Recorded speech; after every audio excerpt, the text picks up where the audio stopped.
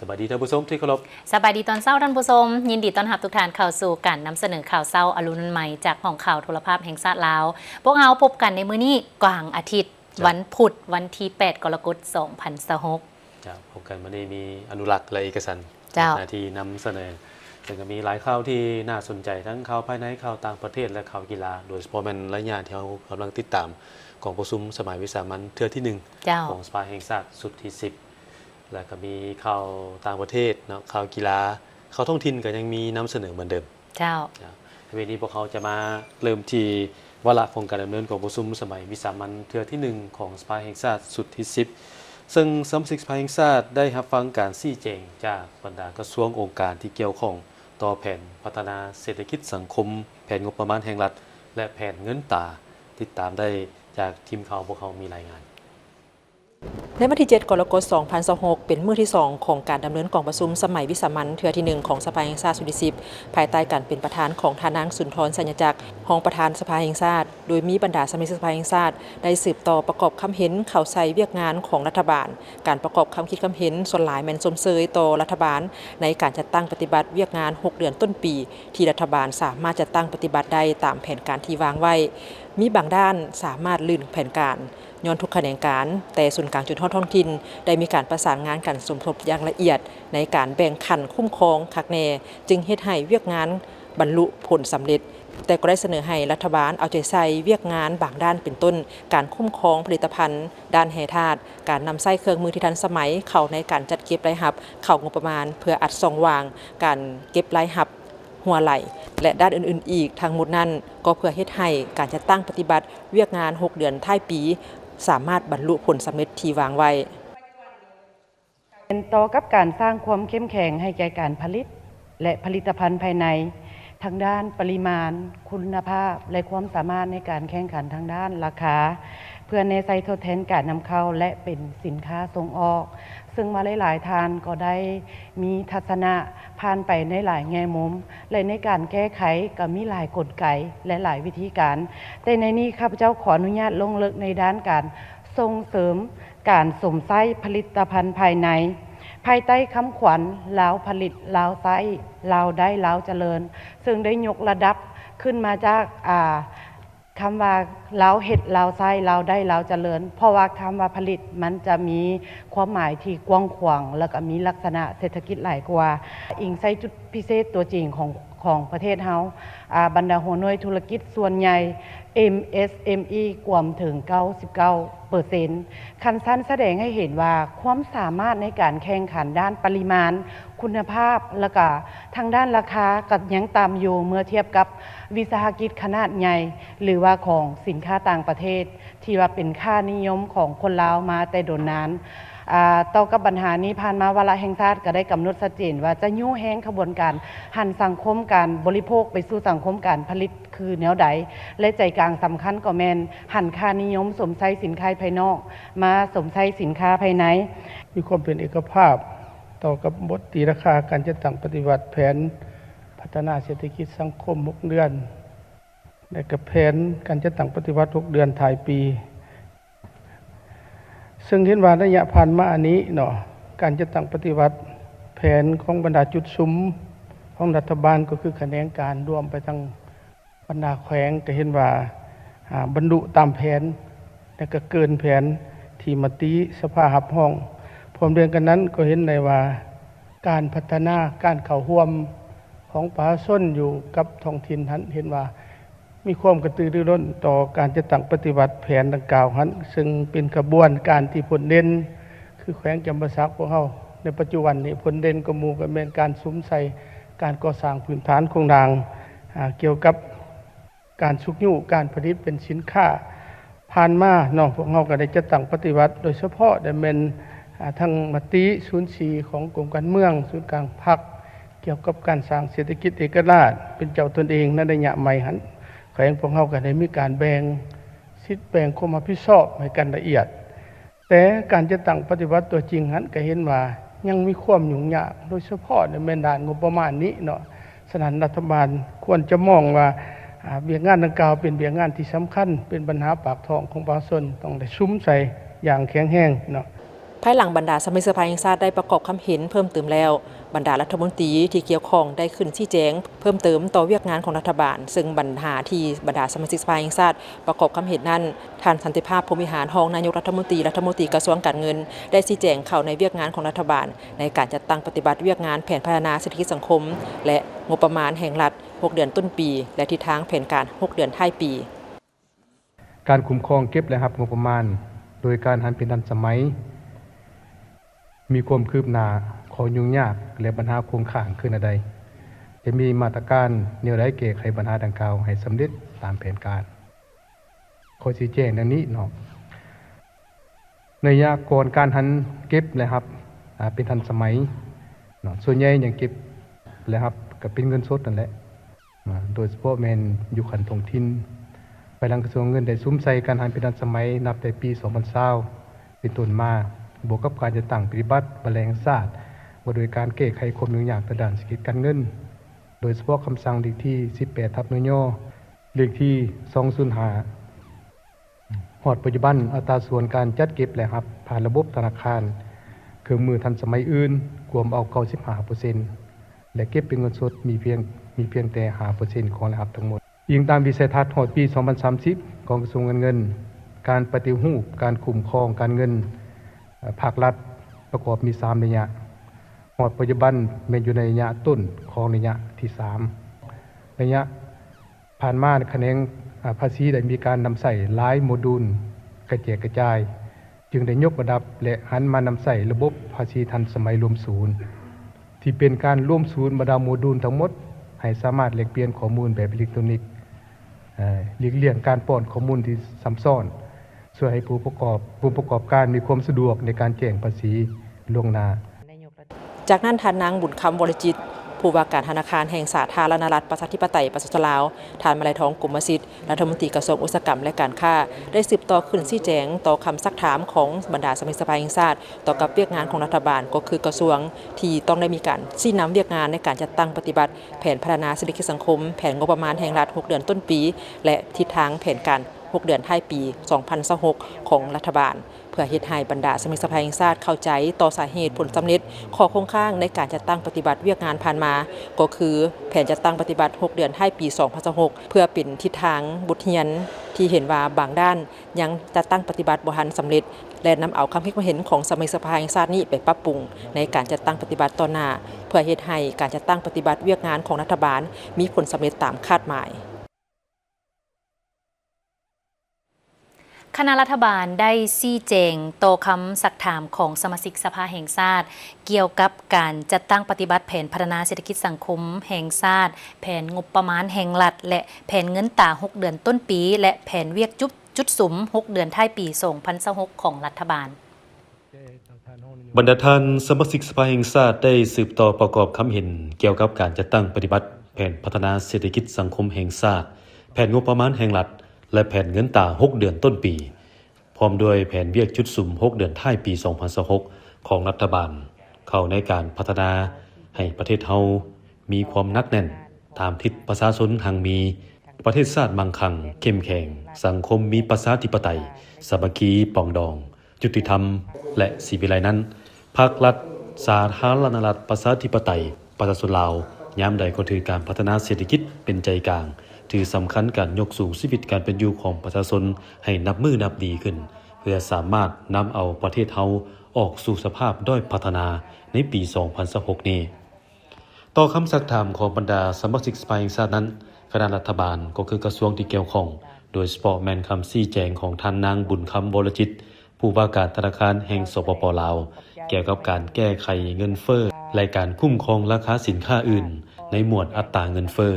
ส่งเสริมสินเชื่อเพื่อการผลิตสินเชื่อดอกเบี้ยต่ำการคุ้มครองเงินตราต่างประเทศจากการส่งออกและเข้ามาประเทศผ่านระบบธนาคารและการส่งเสริมการชำระสกุลเงินท้องถิ่นในการค้าและการลงทุนใน6เดือนท้ายปีรัฐบาลจะมีกลไกมาตรการและวิธีการแก้ไขโดยการหันให้มีนโยบายรักษาเสถียรภาพด้านเงินตราโดยการสุกยู่การพัฒนาเศรษฐกิจสังคมแห่งชาติให้มีการขยายตัวมีคุณภาพรักษาเสถียรภาพด้านการเงินตราให้มีความหนักแน่นต่อเนื่องยืนยงและบรรลุตามแผนการ โดยนำเข้าเงินตราจากการลงทุนและการส่งออกสินค้าผ่านระบบธนาคารให้เพิ่มขึ้นขยายระบบตลาดแลกเปลี่ยนเงินตราของลาวหรือ LFX คุ้มครองราคาสินค้าและการบริการให้มีความกลมเกี่ยวกันในระยะการขึ้นลงของราคาน้ำมันอัตราแลกเปลี่ยนและปัจจัยอื่นๆจากภายนอกโดยเฉพาะต่อกับหมวดสินค้าและบริการพื้นฐานที่ส่งผลกระทบต่อการดำรงชีวิตโดยกำหนดขอบอัตราแลกเปลี่ยนให้มีความยืดหยุ่นพร้อมทั้งรักษาส่วนต่างระหว่างอัตราของทหล.และของธนาคารธุรกิจและตลาดนอกระบบให้ยับใกล้เข้ากันคุ้มครองและพัฒนาตลาดแลกเปลี่ยนซื้อขายอัตราแลกเปลี่ยนต่างประเทศมูลค่าสูงเพื่อเป็นสองทางการแลกเปลี่ยนเงินตราต่างประเทศระหว่างลูกค้านิติบุคคลรายใหญ่เพื่อลดผ่อนแรงกดดันของกลุ่มลูกค้าดังกล่าวควบคุมปริมาณเงินรวม M2 ให้มีความเหมาะสมโดยการปฏิบัตินโยบายเงินตราแบบผสมผสานพัฒนาเครื่องมือนโยบายให้ครบถ้วนมีวิทยาศาสตร์และสอดคล้องกับสภาพการคุ้มครองเงินตราต่างประเทศให้เข้มงวดและหันเข้าสู่ระบบธนาคารให้หลายขึ้นโดยเฉพาะการคุ้มครองเงินตราต่างประเทศจากรายรับจากการส่งออกบรรลุ 75% ของมูลค่าการส่งออกทหล.จะสมทบกับกระทรวงการเงินและกระทรวงอุตสาหกรรมการค้าและกระทรวงเกี่ยวข้องเพื่อรัดสมหุ้นหน่วยนำเข้าพร้อมทั้งสุขยุส่งเสริมการนำใส่เงินกีบโดยประสานสมทบกับบรรดากระทรวงเกี่ยวข้องโดยเฉพาะแม่นการซื้อขายหรือว่าโอนกรรมสิทธิ์ที่ดินพร้อมนั้นทานมาลัยทองกุมสิทธิ์รัฐมนตรีกระทรวงอุตสาหกรรมและการค้าได้ชี้แจงเกี่ยวกับปัญหาราคาน้ำมันเสื้อไฟที่มีท่าเอียงลดลงแล้วแต่ราคาสินค้าและการบริการอื่นๆยังบ่ลดลงต่อกับปัญหาดังกล่าวกระทรวงได้มีกลไกการคุ้มครองติดตามกวดกาพร้อมทั้งมาตรการและวิธีการแก้ไขให้มีการสุกยู่ส่งเสริมการลงทุนภายในและต่างประเทศโดยเฉพาะการผลิตกสิกรรมเพื่อรับประกันการค้ำประกันเสบียงอาหารการปรุงแต่งผลิตภัณฑ์กสิกรรมและอุตสาหกรรมเพื่อทดแทนการนำเข้าโดยหันเปลี่ยนจากแนวคิดแบบเป็นแต่ละโครงการมาสู่การคิดแบบเป็นระบบที่มีการเชื่อมโยงระหว่างการผลิตการปรุงแต่งเข้ากันเป็นตองโซ่มูลค่าที่สามารถสร้างรายรับที่ยืนยงให้กับประชาชนโดยการสร้างเศรษฐกิจขึ้นมาจากรากฐานส่วนการขุดค้นหรือนำใช้ทรัพยากรธรรมชาติอาจบ่จำเป็นให้การยกเว้นหรือผ่อนผันใดๆสร้างมูลค่าเพิ่มเป็นสินค้าส่งออกให้มีความหลากหลายและเพิ่มผลผลิตที่มีคุณภาพลดพรการส่งออกวัตถุดิบกสิกรรมแร่ธาตุการขายไฟโดยตรงจากโครงการไปต่างประเทศและมีมาตรการปกป้องผู้ผลิตภายในที่เหมาะสมเพื่อให้เวลาแก่เขาเจ้าพัฒนาตนเองให้เข้มแข็งกลไกในการคุ้มครองและติดตามราคานี่จะบังคับให้ผู้ดำเนินธุรกิจส่งคงประกอบราคาต้นทุนการผลิตการซื้อต้นทุนการจราจรการจำหน่ายกำไรสำหรับสินค้าในรายการควบคุมให้องค์การคุ้มครองราคากฎการและรับรองก่อนนำใส่เพื่อป้องกันการซื้อโอกาสขึ้นราคาเพิ่มทวีการลงติดตามกฎการติดป้ายราคาสินค้าค่าบริการให้มีความจะแจ้งโปร่งใสเพื่อบ่ให้เกิดความสับสนแก่ผู้สวมใส่โฆษณาเปิดกว้าง2ทางสายด่วนเพื่อรับแจ้งข้อมูลข่าวสารและคำห้องเฮียนจากผู้สวมใส่ที่ได้รับผลกระทบจากการขายสินค้าเกินราคาสำหรับมาตรการต่อผู้ละเมิดนี้พอจะสืบต่อบังคับใส่กฎหมายอย่างเข้มงวดต่อผู้ซื้อโอกาสกับตุนสินค้าบ่ติดป้ายราคาหรือเจตนาปั่นป่วนโดยจะดำเนินตามขั้นตอนต่างๆที่กำหนดไว้ในระเบียบการส่วนการคุ้มครองติดตามกฎกาบรรดาโครงการขุดค้นและปรุงแต่งแร่ธาตุที่ได้รับอนุญาตในระยะผ่านมาเพื่อบ่ให้เกิดผลกระทบต่อสิ่งแวดล้อมสังคมและธรรมชาติสามารถสร้างผลประโยชน์สูงสุดให้แก่ประเทศชาติสมคู่กับทายแห่งบ่มซ่อนด้านทรัพยากรธรรมชาติที่ได้อนุมัติไปแล้วนั้นรัฐบาลจะมีนโยบายส่งเสริมการสร้างตั้งโรงงานปรุงแต่งแร่ธาตุเป็นผลิตภัณฑ์สำเร็จรูปเพื่อลดพรการส่งออกแร่ธาตุดิบหรือแร่เข้มข้นให้สอดคล้องกับแผนพัฒนาเศรษฐกิจสังคมแห่งชาติ5ปีที่สภาแห่งชาติได้รับรองไว้นั้นด้วยกฎหมายอย่างหนักแน่นเพื่อเสนอต่อรัฐบาลให้พิจารณาอนุมัติและประกาศใช้อย่างเป็นเอกภาพในทั่วประเทศแนวใช้นำใช้พลังงานสะอาดที่ผลิตได้ภายในมาเป็นพลังงานขับเคลื่อนการหันเปลี่ยนแขนงบ่อแห่ให้กลายเป็นอุตสาหกรรมปรุงแต่งที่ทันสมัยเป็นระบบตองโซ่เป็นมิตรต่อสิ่งแวดล้อมและสร้างมูลค่าเพิ่มสูงสุดให้แก่เศรษฐกิจสังคมแห่งชาติอย่างยืนยง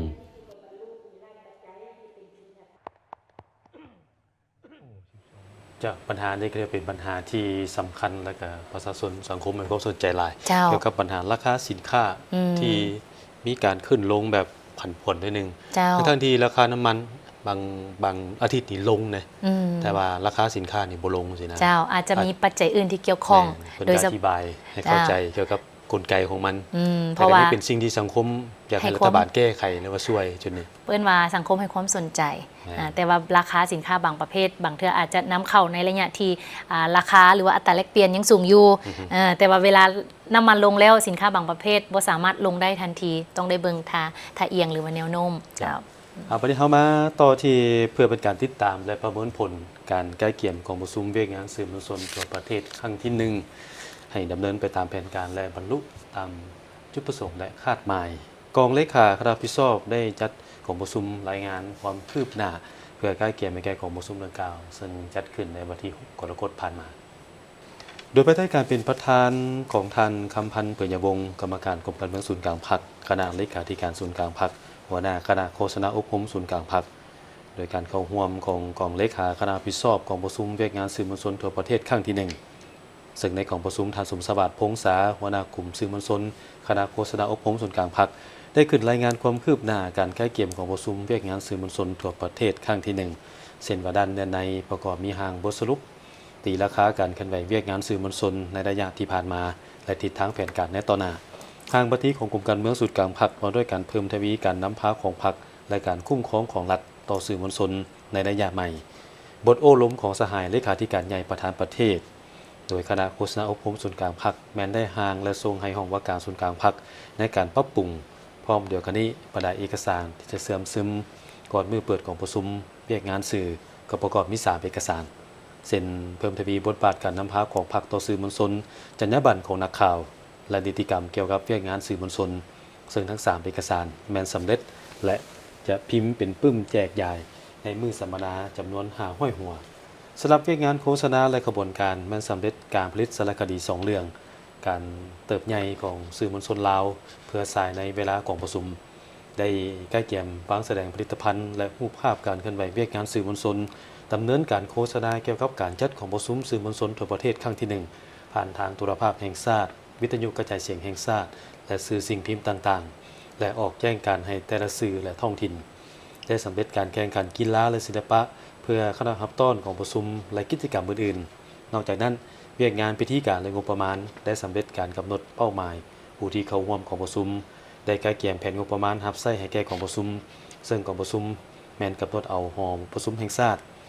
ส่วนเวียกงานป้องกันและรักษาสุขภาพมันได้ประสานกับหน่วยงานที่เกี่ยวข้องกองประชุมรายงานการใกล้เคียงครั้งนี้ถือเป็นบาทเก้าสำคัญในการกวดการและสูบยู่การดำเนินเวียกงานที่เกี่ยวข้องเพื่อให้กองประชุมเวียกงานสื่อมวลชนทั่วประเทศครั้งที่ 1 ประสบผลสำเร็จตามคาดหมายและสร้างความเข้มแข็งให้แก่เวียกสื่อมวลชนในระยะใหม่ซึ่งกองประชุมดังกล่าวจะจัดขึ้นระหว่างวันที่ 13 หาวันที่ 15 กรกฎาคม 2026 มาต่อที่เวียกงานเกี่ยวกับการศึกษา ครับ โดยเฉพาะก็คือบรรดาน้องๆที่เรียนจบแล้วมีความใฝ่ฝันอยากเข้าร่วมมหาลัย มหาวิทยาลัยแห่งชาติลาวเพิ่นก็ได้มีการเอิ้นว่าเปิดรับสมัครแบบทันสมัยง่ายขึ้นประหยัดเวลาขึ้นเพื่อให้บรรดาน้องๆผู้ที่จะสมัครเข้าในการเรียนแม้นจะผ่านระบบออนไลน์เป็นหลักในเอกสารปัจจุบันนี้ให้ได้สมัครด้วยตัวเองผ่านเว็บไซต์ของมหาวิทยาลัยแห่งชาติเลยอันที่หนึ่งก็แม่นเพื่อเป็นการเฮ็ดให้บ่ต้องเสียเวลาบ่ต้องเสียค่าเดินทางบ่ต้องมาเรียนแถวยาวเพื่อจะไปเข้าแถวเข้าคิวในการยื่นใบสมัครแล้วก็เอกสารค่าธรรมเนียมต่างๆหรือว่าบัตรเข้าของสิ่งต่างๆนี่หลังจากที่ว่าเฮาสมัครออนไลน์แล้วแม่นจะต้องได้นำเอาเอกสารประกอบการสมัครมายั่งยืนแล้วก็สำระค่าธรรมเนียมพร้อมทางรับบัตรเข้าห้องสอบสิ่งอยู่ที่สโมสรใหญ่ของมหาวิทยาลัยแห่งชาติลาวกำหนดไว้หมายความว่าขั้นตอนทำอิฐน้องๆนี่สามารถสมัครผ่านออนไลน์ผ่านทางเว็บไซต์ของมหาวิทยาลัยแห่งชาติหลังจากนั้นจึงเอาเอกสารนั้นมายั่งยืนตัวตนแล้วก็มาเอาบัตรเข้าห้องสิ่งอันนี้ก็จะเป็นรายละเอียดในการสอบสิ่งเข้ามหาวิทยาลัยแห่งชาติ ศาสตราจารย์ปริญญาเอกเดชานุราชแสนดวงเดชผู้อำนวยการใหญ่มหาวิทยาลัยแห่งชาติได้ให้สัมภาษณ์ต่อสื่อมวลชนว่ามหาวิทยาลัยแห่งชาติได้กะเกี่ยมความพร้อมอย่างรอบด้านสำหรับการเปิดรับลงทะเบียนสอบเสียงในโชคศึกษา 2026-2027 นี้ โดยได้แต่งตั้งคณะ4นำและคณะรับผิดชอบการสอบเสียงก็คือบุคลากรให้พร้อมรับบริการนักสอบเสียงอย่างเต็มที่ได้ปรับปรุงระเบียบการลงทะเบียนออนไลน์ให้ทันสมัยง่ายดายหลายขึ้นและมีประสิทธิภาพ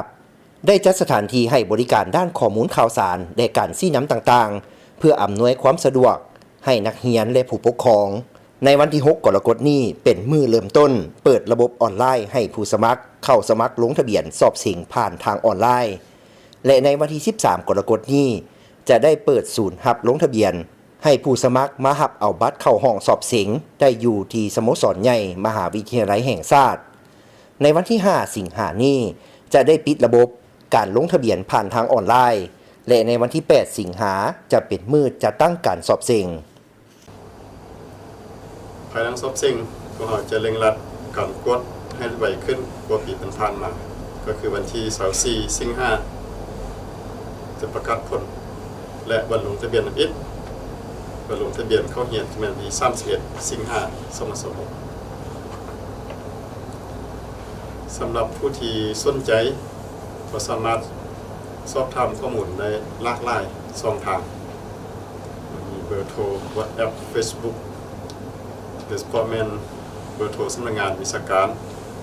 ในการสอบเสียงเป็นเบอร์ 021-770-888 เราสามารถติดต่อได้ในหมู่ราชการ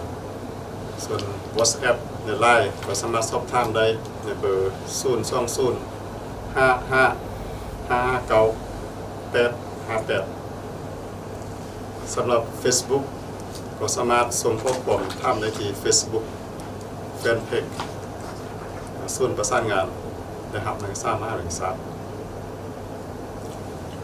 สำหรับเว็บไซต์ก็สามารถเข้าเบิ่งข้อมูลและดาวน์โหลดแบบฟอร์มเอกสารต่างๆที่เกี่ยวข้องที่ www.noon.edu.lak สำหรับการสอบเสียงในปีนี้ก็จะจัดในรูปแบบคือกับปีผ่านมานั่นก็ว่าจัดแบบซึ่งหน้าโดยใช้ซอดำเขียนใส่เจียสอบเสียงคือกับปีผ่านมาแต่ว่าได้มีการปรับปรุงขั้นตอนให้มีระบบสมัครง่ายขึ้นในกระทันสมัยเก่าก็คือมี2ขั้นตอนที่1เป็นสมัครลงทะเบียนออนไลน์แล้วก็นักเรียนทุกคนที่สมัครก็จะได้ลงทะเบียนด้วยตัวเองผ่านระบบเว็บไซต์ของมหาวิทยาลัยหรือระบบที่กำหนดไว้โดยบ่จำเป็นต้องมาเรียนเที่ยวลงทะเบียนอยู่มหาวิทยาลัยซึ่งเป็นการประหยัดเวลาประหยัดงบประมาณจากนั้นจึงนำเอาเอกสารค่าชำระการลงทะเบียนแล้วก็รับเอาบัตรสอบเสียงได้ที่สโมสรมหาวิทยาลัยของเราในการสอบเสียงก็จัดเป็น2กลุ่มใหญ่คือกับปีผ่านมาเนาะคือกับรายปีผ่านมา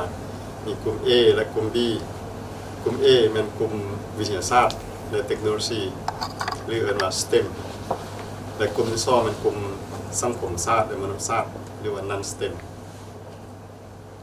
การสอบเสียงครั้งนี้ได้แบ่งออกเป็น2กลุ่มคือกลุ่ม A และกลุ่ม B กลุ่ม A เป็นกลุ่มวิทยาศาสตร์และเทคโนโลยีหรือ STEM กลุ่ม B แม่นกลุ่มสังคมศาสตร์และมนุษยศาสตร์หรือ Non STEM กลุ่ม A แม่นมีวิชาคณิตศาสตร์ฟิสิกส์ศาสตร์ภาษาลาววรรณคดีเคมีศาสตร์ชีวศาสตร์ภาษาอังกฤษและกลุ่ม B แม่นวิชาคณิตศาสตร์ B ภาษาลาววรรณคดีภูมิศาสตร์ประวัติศาสตร์ภาษาอังกฤษสำหรับการเปิดรับสมัครสอบเสียงในชกศึกษา 2026-2027 นี้มหาวิทยาลัยแห่งชาติมีหลักสูตรที่เปิดให้ลงทะเบียนทั้งหมดดังนี้ระดับปริญญาตรีมีทั้งหมด125หลักสูตรในนั้นประกอบมีหลักสูตรนานาชาติ2หลักสูตรหลักสูตรที่เปิดให้สมัครสอบเสียงมีทั้งหมด115หลักสูตรแบ่งออกเป็นสาย A คือวิทยาศาสตร์และเทคโนโลยี65หลักสูตรและสาย B คือสังคมศาสตร์และมนุษยศาสตร์50หลักสูตรสำหรับระดับอนุปริญญายังมีหลักสูตรอื่นๆที่เปิดรับสมัครซึ่งน้องๆสามารถติดตามรายละเอียดเพิ่มเติมได้ที่ประกาศมหาวิทยาลัยแห่งชาติได้มีการพัฒนาหลักสูตรอย่างต่อเนื่องเพื่อตอบสนองความต้องการของตลาดแรงงานทั้งภายในและสากล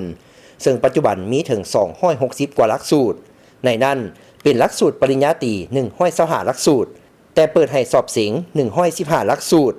ซึ่งแต่ละสาขาวิชาก็ล้วนแต่มีความสำคัญสามารถประกอบอาชีพได้ทั้งรูปแบบรัฐกรและนำภาคเอกชนถ้าหากสนใจสาขาอาชีพใดก็เลือกเรียนสาขาวิชาที่เกี่ยวข้องแต่อยากแนะนำว่า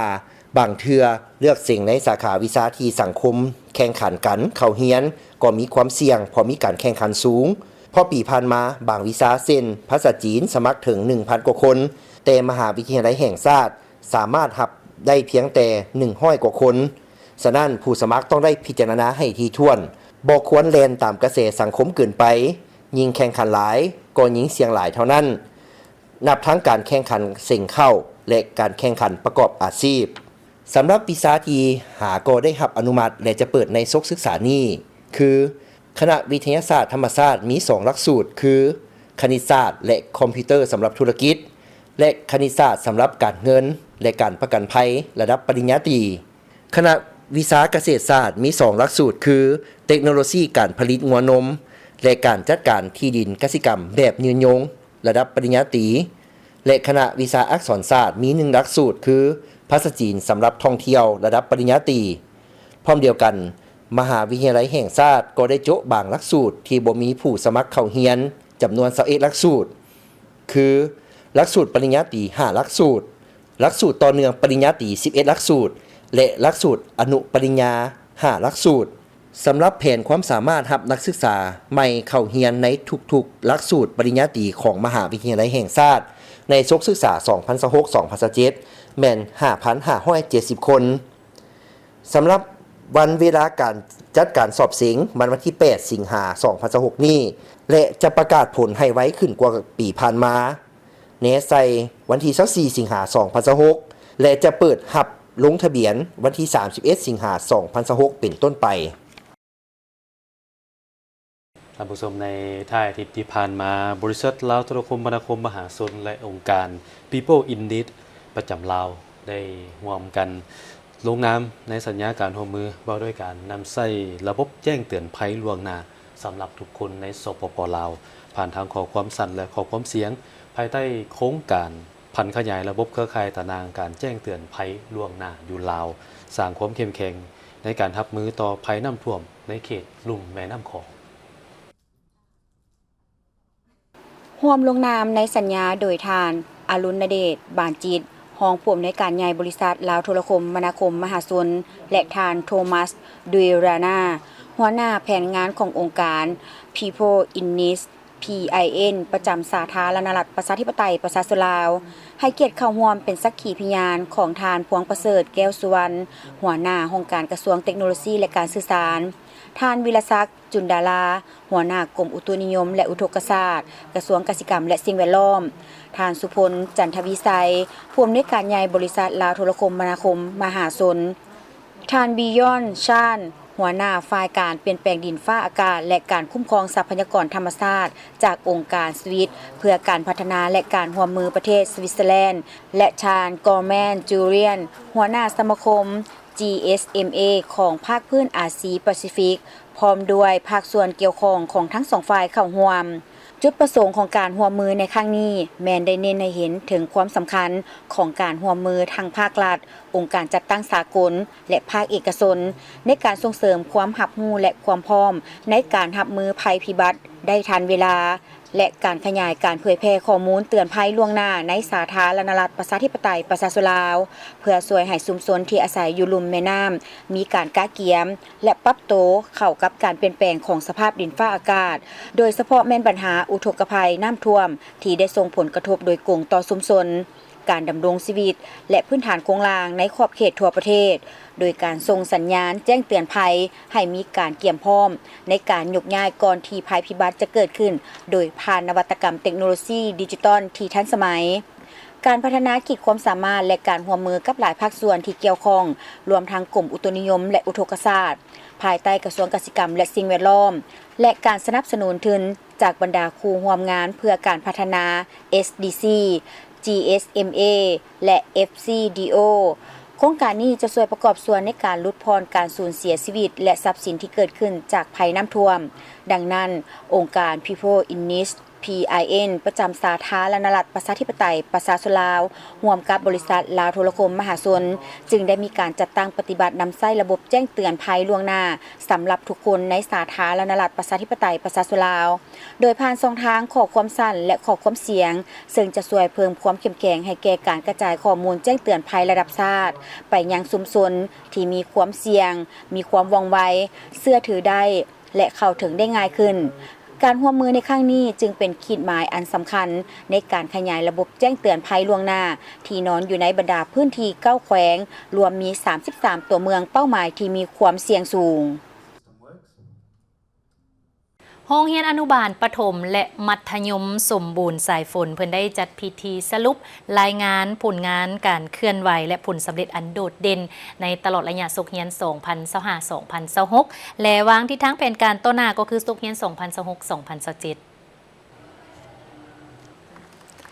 ในพิธีดังกล่าวแมนได้จัดขึ้นวันที่2กรกฎาคม 2026ซึ่งเข้าร่วมโดยท่านนางลีปะเอียลีบัวเป้าหัวหน้าแผนกศึกษาธิการและกีฬานครหลวงเวียงจันทน์พร้อมด้วยคณะบริหารการศึกษาผู้บริหารโรงเรียนครูอาจารย์สมาคมพ่อแม่นักเรียนและแขกถึกเชิญเข้าร่วมในพิธีอาจารย์บุญทวีจันทองทิพย์ผู้อำนวยการโรงเรียนสายฝนก็ได้ขึ้นผ่านบทสรุปรายงานโดยให้ฮู้ว่าโรงเรียนสายฝนแม่นได้รับอนุญาตสร้างตั้งและดำเนินการเรียนการสอนมาแต่ศุกร์เฮียนปี 1996 ศุกร์เฮียนส่งปีศุกร์เฮียน 1997 โรงเรียนแม่นตั้งอยู่บ้านโนนสว่างเมืองไสเสถานครหลวงเวียงจันทน์ได้รับการยั่งยืนจากแผนกศึกษาธิการและกีฬานครหลวงเวียงจันทน์ให้เป็นโรงเรียนเขียวสะอาดสิ่งแวดล้อมดีโรงเรียนปลอดสิ่งเสพติดและเป็นโรงเรียนตัวแบบคุณภาพของนครหลวงเวียงจันทน์ก็คือของเมืองไสเสถาในศุกร์เฮียนปี 2025-2026 โรงเรียนสายฝนแมนมีพนักงานบริหารครูอาจารย์และพนักงานทั้งหมดแมน53ท่านมีนักเรียนทั้งหมดแมน 1,169 คนนักเรียนหญิงแมน673 คนซึ่งเพิ่มขึ้นจากศุกร์เฮียนผ่านมาถึง109 คนซึ่งก็แบ่งออกเป็นสั้นอนุบาลและก็มีสั้นประถมสั้นมัธยมด้วยการเอาใจใส่จะตั้งบำรุงและส่งเสริมนักเรียนอย่างต่อเนื่องโรงเรียนสายฝนแมนสามารถสร้างผลงานด้านวิชาการขั้นเมืองอย่างหลวงหลายก็คือในสั้นประถมป .5 แมนสอบสิ่งนักเรียนเก่งวิชาวิทยาศาสตร์และสิ่งแวดล้อมญาติได้อันดับที่1และที่3ของเมืองไสเสถาสั้นมัธยมสอบสิ่งนักเรียนเก่งได้อันดับที่1ขั้นเมืองแมนวิชาฟิสิกส์ศาสตร์ส่วนว่าสั้นม .7 แมนญาติได้อันดับที่1และที่2ในวิชาภาษาลาววรรณคดีของเมืองไสเสถาส่วนการสอบเสิ่งจบสั้นประถมป .5 สอบเสิ่งได้คะแนนสมบูรณ์ห้อยส่วนห้อยในนั้นแมนมีนักเรียน68น้องได้คะแนน7ขึ้นไปทุกวิชาสั้นมต้นม .4 นักเรียนทั้งหมดแมน65น้องสิ่งได้100%หรือว่าห้อยส่วนห้อยในนั้นแมนมี17น้องได้คะแนน9ขึ้นไปทุกวิชาและก็ได้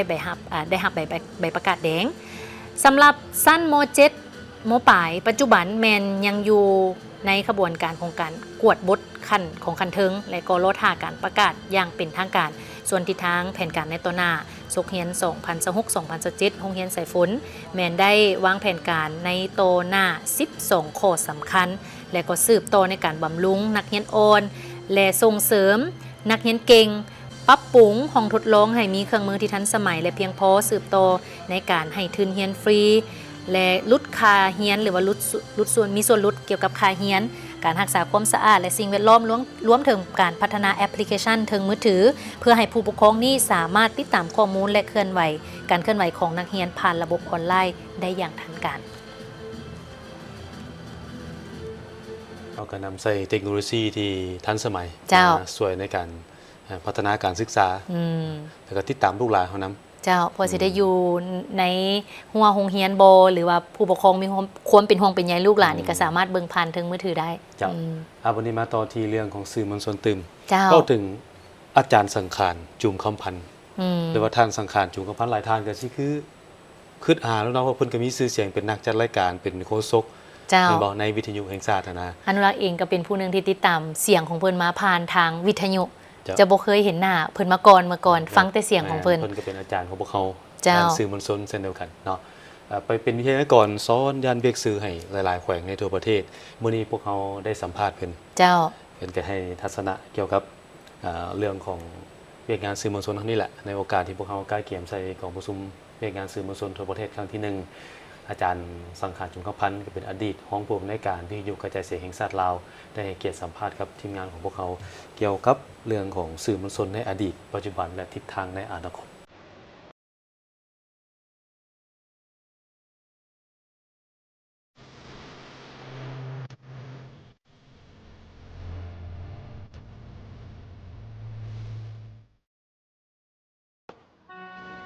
ท่านสังขารจุมคำพันธ์อดีตห้องผู้อำนวยการวิทยุกระจายเสียงแห่งชาติได้กล่าวว่ากองประชุมเวียกงานสื่อมวลชนทั่วประเทศครั้งที่ 1นี้ถือเป็นขีดหมายประวัติศาสตร์ที่สำคัญซึ่งแสดงให้เห็นถึงความสำคัญที่พรรคและรัฐบาลได้ให้ต่อบทบาทของสื่อมวลชนในยุคแห่งการเปลี่ยนแปลงใหม่สื่อมวลชนในอนาคตก็คือในปัจจุบันแม่นอาวุธทางด้านแนวคิดที่แหลมคมและเป็นขั้วต่อที่หนักแน่นระหว่างพรรครัฐกับประชาชนเฮาต้องเข้าใจว่าการสวมใส่สื่อซุมื้อนี้มันมีทั้งอันบวกอันลบโดยเฉพาะบุคคลที่เฮ็ดหรือว่ากลุ่มคนที่เฮ็ดจำนวนหนึ่งคันว่าเจตนาบ่ดีนี่เห็นบ่อยู่ใน Facebook ข่าวปลอมข่าวลือข่าวบ่แม่นความจริงภาษาอังกฤษเพิ่นว่า fake news นะมีเต็มฉะนั้นผู้บริโภคข่าวนี่ต้องได้เอาใจใส่ต้องฮู้คัดเลือกว่าอันใดที่ควรเสพข่าวให้มันถูกต้องที่น่าเชื่อถือได้และโดยเฉพาะสื่อทางการเฮานี่นะเฮาต้องเฮ็ดหน้าที่แม่นอยู่ว่าเรื่องข่าวบ่ว่าจะเป็นข่าวด้านใดก็แล้วแต่มันต้องไวเนาะไวนี่มันปัจจัยนัมเบอร์1ล่ะของข่าวแต่ในขณะเดียวกันเฮาต้องเป็นที่พึ่งของผู้ชมผู้ฟังผู้เสพข่าวที่พึ่งแนวใดที่พึ่งที่มีข้อมูลความจริงเชื่อถือได้เป็นข่าวจริงเป็นข้อมูลจริงตัวนี้แหละเราต้องรักษาบทบาทนี้ให้ได้เราต้องเป็นตัวหลักเราสื่อทางการนี่นะแล้วสำคัญว่าเราปัจจุบันนี่นะต้องนำใช้สื่อออนไลน์นี่ให้มันเข้าถึงมวลชนให้ได้หลายเท่าที่จะหลายได้เรามีข้อได้เปรียบหลายบุคลากรวงการสื่อมวลชนยุคใหม่นี่แต่ปัจจัยที่ตัดสินที่สุดข้าพเจ้าว่าเป็นบุคลากรสื่อมวลชนของพวกเราเองท่านสังขารจุมคำพันธ์ได้หวนคืนมูลเสื้ออดีงามของสื่อมวลชนในระยะต่อสู่กู้ชาติก็คือในระยะสร้างสาพัฒนาประเทศชาติถึงแม้นว่าอุปกรณ์ในสมัยก่อนจะบ่ทันสมัยแต่น้ำใจการเมืองและจรรยาบรรณของนักข่าวแม่นสูงส่งสื่อมวลชนได้เฮ็ดหน้าที่ปลุกระดมมวลชนเผยแพร่แนวทางและสร้างความสามัคคีเป็นปึกแผ่นซึ่งท่านถือว่าสิ่งเหล่านี้คือจิตวิญญาณที่คนรุ่นหลังต้องรักษาไว้ในยุคปัจจุบันท่านสังขารจุมคำพันธ์ได้ชี้ให้เห็นถึงสิ่งท้าทายที่ใหญ่ที่สุดบ่แม่นเทคโนโลยีแต่แม่นความไวที่ต้องมาพร้อมกับความถูกต้องและจรรยาบรรณการแพร่กระจายของข่าวปลอมและข่าวสารที่ขาดการกั้นต่อผ่านสื่อสังคมออนไลน์แม่นสิ่งที่น่าเป็นห่วงท่านได้ตั้งคำถามว่าสื่อรัฐจะเฮ็ดแนวใดเพื่อบ่ให้ตกสภาพเป็นผู้นำหลังแต่ในเวลาเดียวกันก็ต้องรักษาความเป็นคลังข้อมูลที่น่าเชื่อถือที่สุดเฮาต้องเข้าใจว่าการสวมใส่สื่อซุมื้อนี้มันมีทั้งอันบวกอันลบโดยเฉพาะบุคคลที่เฮ็ดหรือว่ากลุ่มคนที่เฮ็ดจำนวนหนึ่งคันว่าเจตนาบ่ดีนี่เห็นบ่อยู่ใน Facebook ข่าวปลอมข่าวลือข่าวบ่แม่นความจริงภาษาอังกฤษเพิ่นว่า fake news นะมีเต็มฉะนั้นผู้บริโภคข่าวนี่ต้องได้เอาใจใส่ต้องฮู้คัดเลือกว่าอันใดที่ควรเสพข่าวให้มันถูกต้องที่น่าเชื่อถือได้และโดยเฉพาะสื่อทางการเฮานี่นะเฮาต้องเฮ็ดหน้าที่แม่นอยู่ว่าเรื่องข่าวบ่ว่าจะเป็นข่าวด้านใดก็แล้วแต่มันต้องไวเนาะไวนี่มันปัจจัยนัมเบอร์1ล่ะของข่าวแต่ในขณะเดียวกันเฮาต้องเป็นที่พึ่งของผู้ชมผู้ฟังผู้เสพข่าวที่พึ่งแนวใดที่พึ่งที่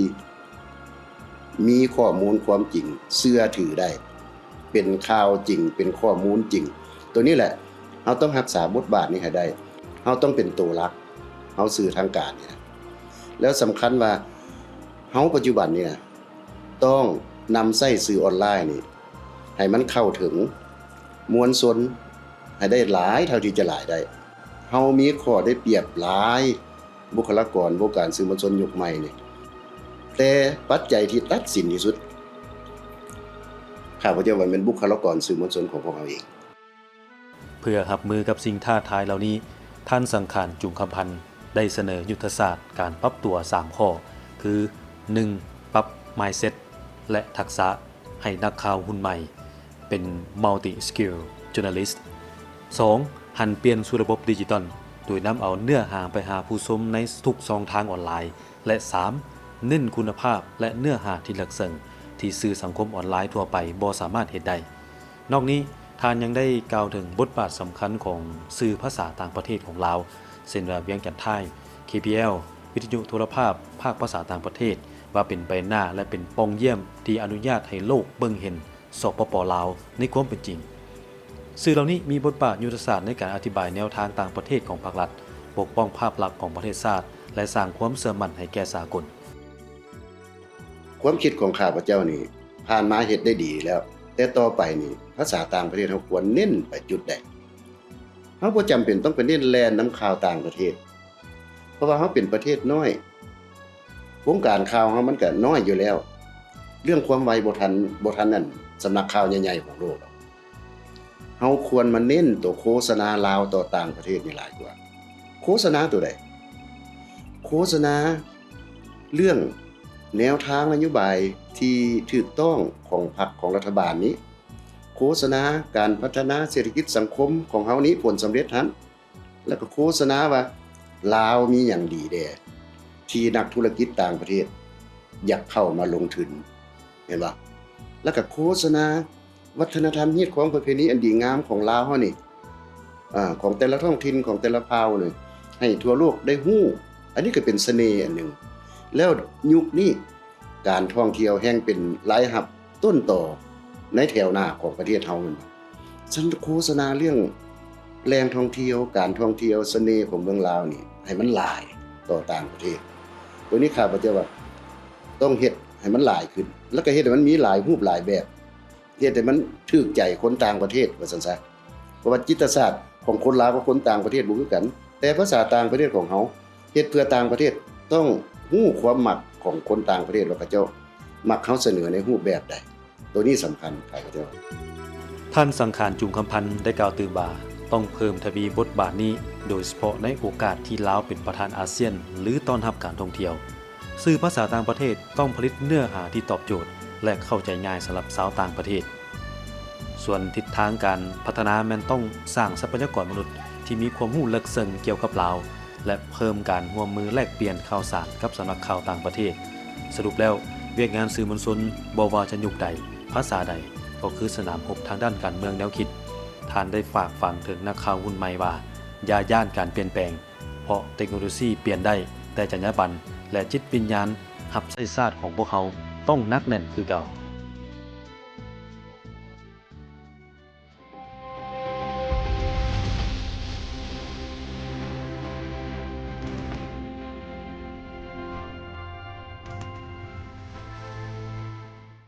ไปข่าวทางท้องถิ่นท่านผู้ชม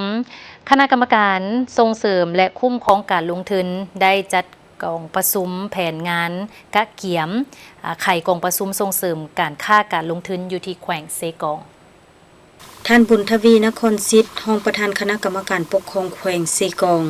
กล่าวเปิดกองประชุมว่างานวางแสดงสินค้าจีนอาเซียน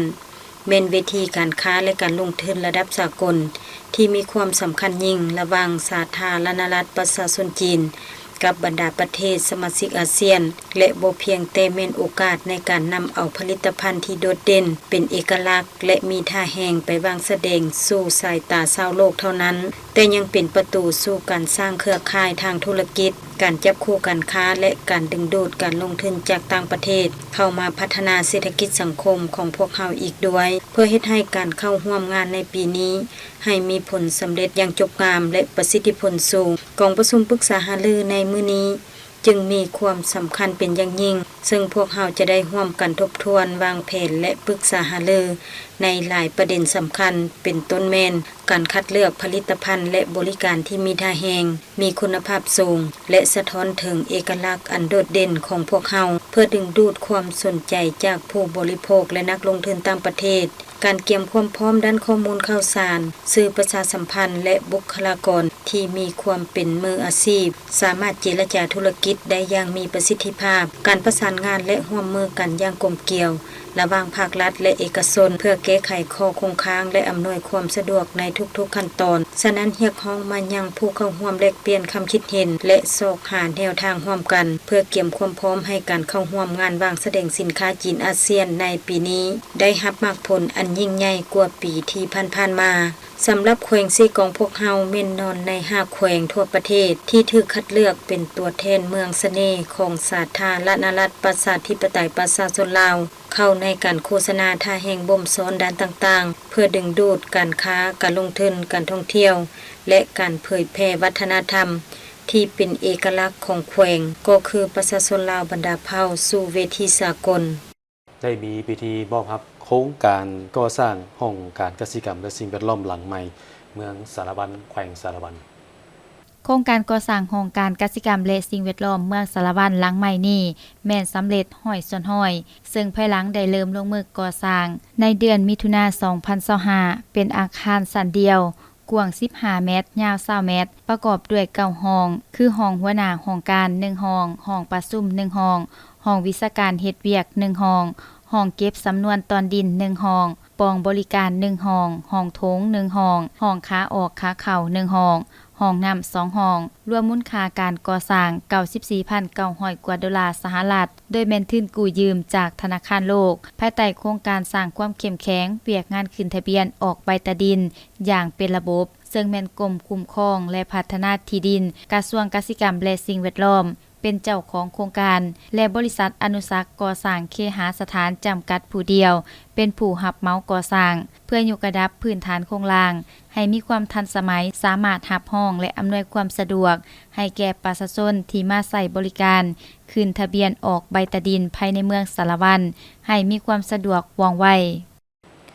ได้มีกองประชุมเวียกงานติดตามเก็บกรรมสภาพแนวคิดห่างเสียงสังคมคันแขวงอัตตปือสายนางมินพรใจสมภูได้กล่าวไขสุดฝึกอบรมว่ากองประชุมฝึกอบรมเวียกงานติดตามเก็บกรรมสภาพแนวคิดหางเสียงสังคมในครั้งนี้แม่นกองประชุมที่มีความหมายความสำคัญหลายต่อโครงเขตเวียกทฤษฎีของพรรคเว้าร่วมเว้าเฉพาะต่อเวียกงานการเมืองแนวคิดของพรรคได้เปิดขึ้นในท่ามกลางสภาพแวดล้อมสากลและภาคพื้นมีความยุ่งยากซับซ้อนความยุ่งยากด้านเศรษฐกิจการเงินยังสืบต่อเป็นสิ่งท้าทายทดสอบความพยายามสร้างความบ่สงบของอิทธิกำลังปรปักษ์กลุ่มคนบ่หวังดีจำนวนหนึ่งและปรากฏการณ์หย่อถอในสังคมอื่นๆยังสืบต่อสร้างความยุ่งยากต่อการนำพาสีนำของพรรคเวียกงานการเมืองแนวคิดของพรรคแม่นเวียกกกและสอดหอยในทุกโครงขีดเวียกงานแม่นเวียกที่ต้องได้เฮ็ดก่อนหมู่และเฮ็ดเป็นประจำพื้นฐานของการอบรมเทนี่แม่นการพันขยายมติกองประชุมใหญ่ครั้งที่12ของพรรคมติกองประชุมใหญ่ครั้งที่12ขององค์การพรรคแขวงพร้อมทั้งมติกองประชุมเวียกงานการเมืองแนวคิดตัวประเทศครั้งที่5ให้เกิดดอกออกผลทั้งแม่นหน้าที่ความรับผิดชอบของคณะพรรคทุกขันจะต้องได้พร้อมกันรับรู้เข้าใจอย่างลึกซึ้งและจะตั้งปฏิบัติอย่างเข้มงวดส่วนการเก็บกำหางเสียงสังคมแม่นการถอนโฮมเอาทัศนะของมหาชนสันคนต่างๆที่มีต่อการนำพาสีนำของพรรคแต่ละระยะแม่นทัศนะต่อบรรดาเหตุการณ์ปรากฏการณ์ที่เกิดขึ้นในสังคมทั้งด้านตั้งหน้าที่ควรเสริมขยายและอันที่ย่อท่อที่ควรปรับปรุงแก้ไขและงานขันทึงเพื่อค้นคว้าวิธีการแก้ไขให้สอดคล้องและทันการภายหลังอบรมไปแล้วบรรดาสหายจะหาผู้เข้าใจเหนือในการติดตามเก็บกรรมและการนำใส่หางเสียงสังคมเขาในการนำพาสีนำก็คือการศึกษาอบรมการเมืองแนวคิดสูตรอบรมแม้นเป็นครั้งที่2ซึ่งจะได้ดำเนินเป็นเวลา2วันโดยมีสัมมนากร31คนยิ่ง4คนสัมมนากรจะได้เรียนรู้4เนื้อในที่สำคัญคือปัญหาพื้นฐานเกี่ยวกับแนวคิดหางเสียงสังคม วิธีการเก็บกำและนำใส่สภาพแนวคิดทางเสียงสังคมตั้งหน้าเพื่อนร่วมงานและเวียกงานคนขัวและสังรวมตอนถ่ายสหายนางมินพรไสสมภูห้องเลขาพักแขวงได้เรียกร้องให้บรรดาสหายสำนักกรพร้อมกันเสริมขยายความรับผิดชอบการเมืองสุมถูกสติปัญญาของตนเขาในการคนขัวปรึกษาหารือและเปลี่ยนบทเรียนในแต่ละหัวข้ออย่างลึกซึ้งเพื่อรับประกันการจัดตั้งปฏิบัติเขาในเวียกงานการนำพาสีน้ำในคงเขตเวียกงานของพรรคก็คือหน้าที่ความรับผิดชอบให้มีความเข้มแข็งยิ่งขึ้นไปเฮ็ดให้การแก้ไขหางเสียงสังคมว่องไวทันการและสมเหตุสมผลรับประกันให้สังคมมีความสงบและมีความเป็นเอกภาพกับแนวทางนโยบายของพรรคแต่ละระยะต่อที่กองประชุมการจัดตั้งปฏิบัติเวียกงานอุตสาหกรรมและการค้าประจำ6 เดือนต้นปี 2026 และวางทิศทางแผนการใน 6 เดือนท้ายปี 2026 ของแขวงคำมวนโอกาสมีคำเห็นเปิดกองประชุมฐานสมวิสัยวงศ์ธีราชได้เสนอทุกภาคส่วนที่เข้าร่วมจงเสริมสู่ความรับผิดชอบหน้าที่การเมืองสุ่มสติปัญญาเหื่อแห้งเข้าในการค้นคว้าประกอบคำคิดคำเห็นพร้อมทั้งแลกเปลี่ยนหลายปัญหาต่อการจะต้องปฏิบัติเวียกงานในแขนงอุตสาหกรรมและการค้ากับประดาเมืองเป็นต้นการค้นคว้าพิจารณาแต่งตั้งยกย้ายซับซ้อนพนักงานรัฐกรเพื่อปรับปรุงระบบกงจักรการจัดตั้งอยู่แขนงการขันเมืองและการผันขยายมติและคำสั่งของขันเทิงให้กลายเป็นแผนงานโครงการและนิติกรรมละเอียดการผันขยายหลักการรวมศูนย์ประชาธิปไตยบุคคลรับผิดชอบภายในโครงการและการแก้ไขสภาพการหรือปรากฏการณ์ย่อท้อที่เกิดขึ้นในทันแถวพนักงานรัฐกรทั้งไดเรกเปลี่ยนในการจะตั้งปฏิบัติเวียกงานส่งเสริมการพัฒนาสินค้าพร้อมเดียวกันยังได้นำเอาเนื้อในผลสำเร็จกองประชุมครบคณะภาคกระทรวงอุตสาหกรรมและการค้าครั้งที่ 3มาเผยแผ่เสื่อมซึมต่อกองประชุมครั้งนี้จากนั้นท่านสินบัณฑิตอุทิวงศ์ห้องหัวหน้าแผนกอุตสาหกรรมและการค้าแขวงก็ได้รายงานเกี่ยวกับการจัดตั้งและการเคลื่อนไหวของเวียกงานอุตสาหกรรมและการค้าในระยะ6 เดือนต้นปี 2026และที่ทางแผนการ 6 เดือนท้ายปี 2026โดยได้ติดราคาให้เห็นการจัดตั้งปฏิบัติด้านตัวเลขคาดหมายสู่โซนในแต่ละด้านนอกนั้นยังได้ยกให้เห็นบางปัญหาข้อคงค้างและทิศทางแผนการ 6 เดือนท้ายปี 2026พร้อมทั้งการประกอบคำคิดคำเห็นของบรรดาเมืองและแขนงการขันแขวงพิเศษแม่นการมีคำเห็นให้ทิศสีนำของท่านสมวิสัยวงศ์ธีราชกรรมการพรรคแขวงหัวหน้าแผนกอุตสาหกรรมและการค้าแขวงซึ่งได้เน้นหนักถึงการเพิ่มทวีเวียกงานกฎกาภายในคณะภาคและการปฏิบัติหน้าที่ของพนักงานทุกขั้นเพื่อกระตุ้นการปฏิบัติหน้าที่การเมืองให้มีประสิทธิภาพเอาใจใส่ปฏิบัติบรรดามาตรการแก้ไขปัญหาพื้นฐานเส้นปัญหาการคุ้มครองราคาการสนองสินค้าส่งเสริมให้นักธุรกิจผู้ประกอบการประกอบส่วนเวียกงานส่งเสริมการผลิตภายใน10 เมืองและภายในแขวงขมวนปฏิบัติภาระบทบาทหน้าที่เพื่อสืบต่อนำพาสีนำเวียกงานจุดสุมใน 6 เดือนท้ายปี 2026ให้ได้รับการจะต้องปฏิบัติตามแผนการที่วางไว้และมีประสิทธิผลสูงท่านผู้ชมที่เคารพทั้งหมดนี้คือการนำเสนอข่าวเศร้าอรุณวันใหม่จากห้องข่าวโทรภาพแห่งชาติลาวขอบใจทุกท่านที่ให้เกียรติตามรับชมมาฮอดตอนนี้โฆษกทั้งสองพร้อมด้วยทีมงานข่าวลาไปก่อนสบายดี